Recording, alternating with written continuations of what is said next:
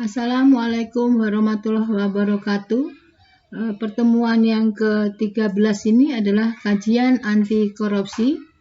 Kita mahasiswa untuk bahan ajaran mahasiswa atau arah pembelajaran mahasiswa mampu menjelaskan tentang pengertian dan perbuatan yang termasuk tindak pidana korupsi dan menganalisis tentang korupsi yang ada di Indonesia dalam konteks kekinian dan upaya memeranginya.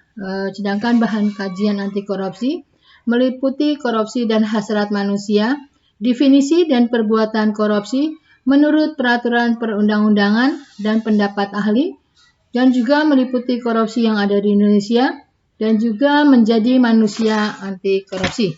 Ya, ini adalah untuk yang pertemuan yang ke-13. Sedangkan kita sebelumnya dulu profil gedung KPK, Komisi Pemberantasan Korupsi, dan kita juga akan melawan korupsi melalui Duta Transformasi Harus Profit ataupun Profesional Berintegritas. Siapa kita? Kami adalah pejuang anti korupsi. Selamat datang generasi muda anti korupsi. Indonesia akan lebih baik jika tanpa korupsi.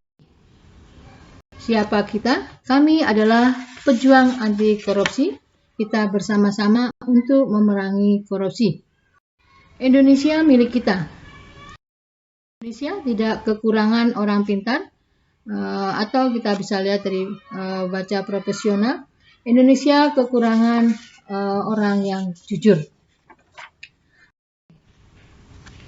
Perbuatan seorang pejabat atau seseorang pemegang kekuasaan, kepercayaan yang secara bertentangan dengan hukum, secara keliru menggunakan kekuasaan untuk mendapatkan keuntungan untuk dirinya sendiri dan untuk orang lain, bertentangan dengan tugas dan hak orang lain. Ya, korupsi adalah penyelewengan atau penyalahgunaan uang negara perusahaan. Ada juga teori dari cost benefit model. Teori ini menyatakan bahwa korupsi terjadi jika manfaat korupsi yang didapat atau dirasakan lebih besar dari biaya atau resikonya. Ya, ini bayangkan seandainya Anda memiliki uang 168 triliun. Apa yang ada di gambaran? Berapa sekolah yang dapat dibangun? Berapa anak yang dapat dibiayai dari sekolah gratis? Berapa puskesmas yang dapat dibangun? Ini ketika seorang PNS atau penyelenggara negara menerima gratifikasi, apa akibatnya? Independensinya sedang dipenjara. Akibatnya kualitas hidup, akses ke infrastruktur hingga perawatan kesehatan. Ya, dapat kita ketahui dampak masif korupsi dapat dirasakan dalam berbagai bidang. Bisa lihat dari dampak ekonomi, dampak sosial dan kemiskinan masyarakat, dampak birokrasi pemerintahan, dampak politik dan demokrasi, dampak terhadap penegakan hukum, dampak terhadap pertahanan dan keamanan, dampak kerusakan lingkungan. Meski studi tentang korupsi terus dilakukan, namun belum ada solusi pasti dalam memberantas korupsi hingga saat ini. Suatu cara menangani korupsi bisa efektif di satu negara atau di satu wilayah, tapi belum berhasil di negara lain. Ya, ini adalah pengertian dari terminologi korupsi, yang berarti adalah korup, busuk, atau palsu, suap, dan korup bisa juga suka menerima uang sogok. Korup juga kebejatan, ketidakjujuran, tidak bermoral, penyimpangan, dan kesucian. Ini ada pengertian tentang korupsi. Menurut Undang-Undang 31/99, Junto Undang-Undang 20/01. Setiap orang yang secara melawan hukum melakukan perbuatan memperkaya diri sendiri, setiap orang dengan tujuan menguntungkan diri sendiri, sampai setiap orang yang melakukan tindak pidana sebagaimana dimaksud dalam pasal 201, 210, 387, 388, 415, 416, 417, 418, 419, 420, 423, 425, 435, dan KUHP. Ya, setiap orang yang memberi hadiah atau janji kepada pegawai negeri dengan mengingat kekuasaan atau wewenang yang melekat pada jabatan atau kedudukannya, atau lebih pemberi hadiah atau janji dianggap melekat pada jabatan atau kedudukan tersebut.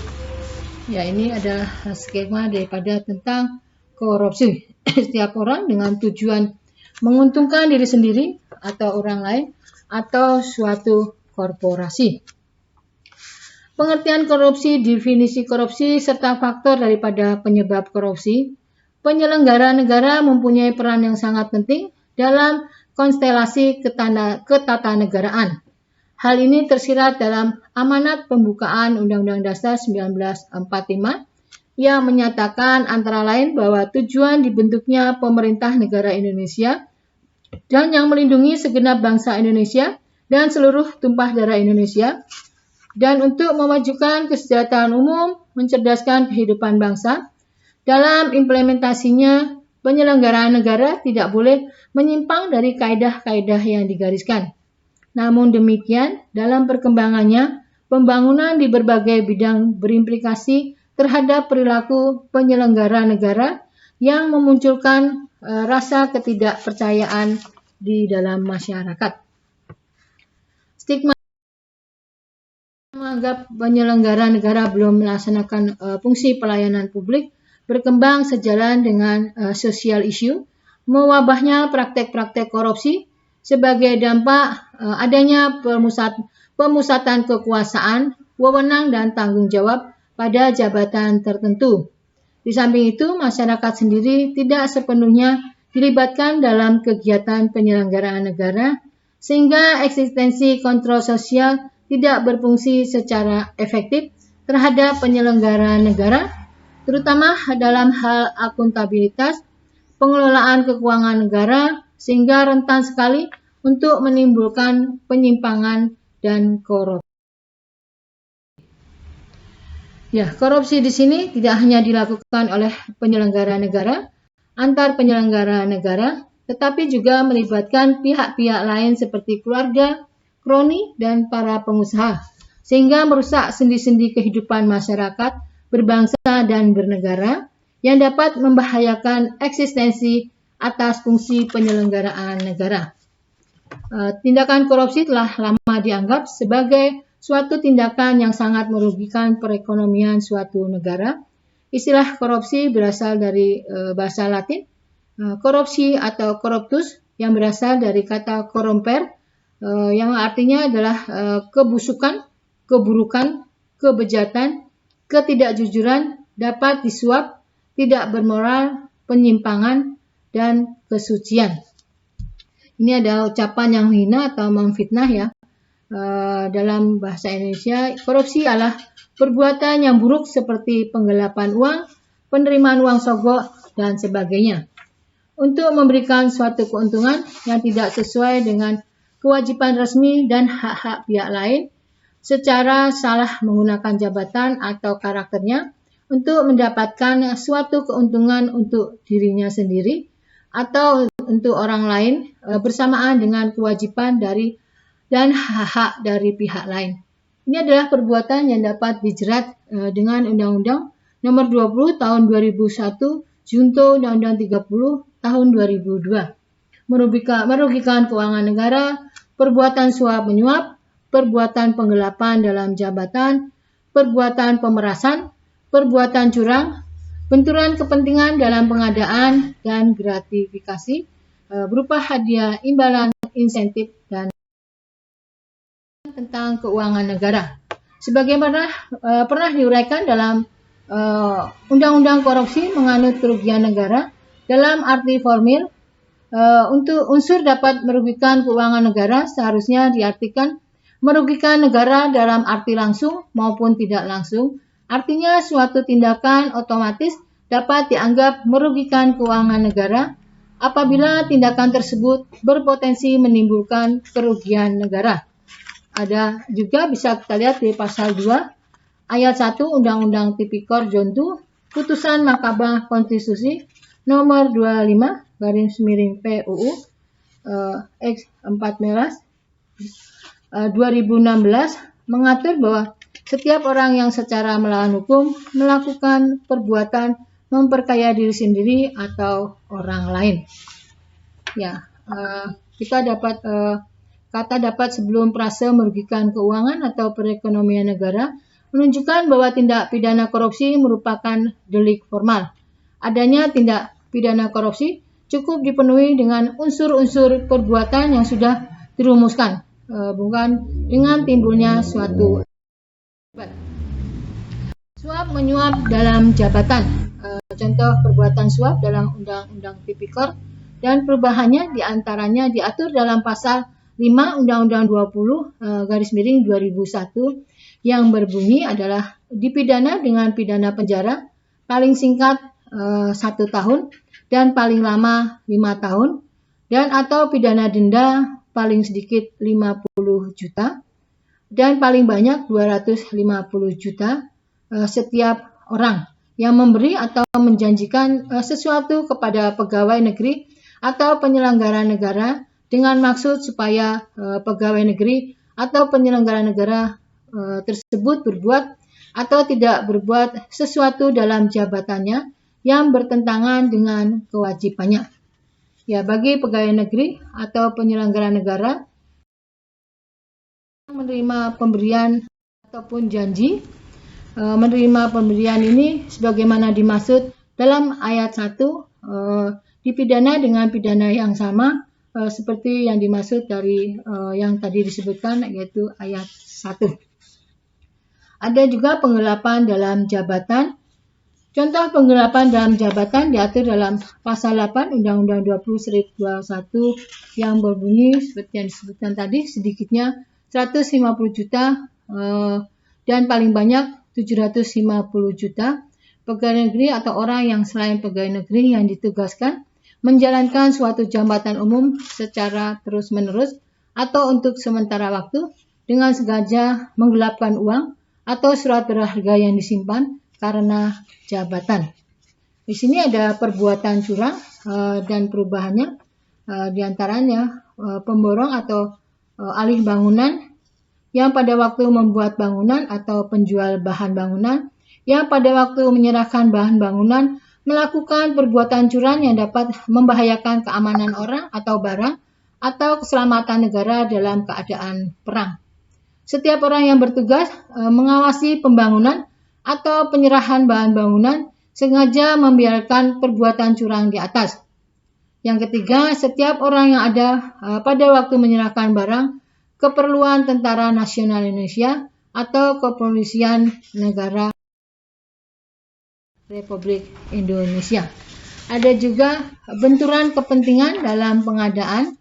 Di sini benturan kepentingan dalam pengadaan barang atau jasa pemerintah adalah situasi di mana seseorang pegawai negeri atau penyelenggara negara, baik langsung maupun tidak langsung, dengan sengaja turut serta dalam pemborongan, pengadaan, atau persewaan yang pada saat dilakukan perbuatan untuk seluruh atau sebagian ditugaskan untuk mengurus atau mengawasinya.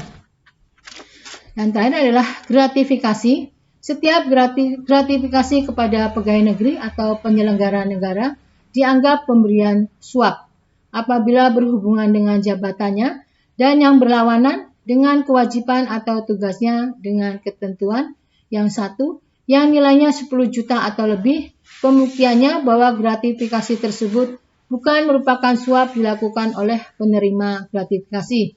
Ya, nilainya kurang dari 10 juta, pembuktian bahwa gratifikasi tersebut suap dibuktikan oleh penuntut hukum atau penuntut umum. Ya, ini adalah contoh bentuk daripada korupsi.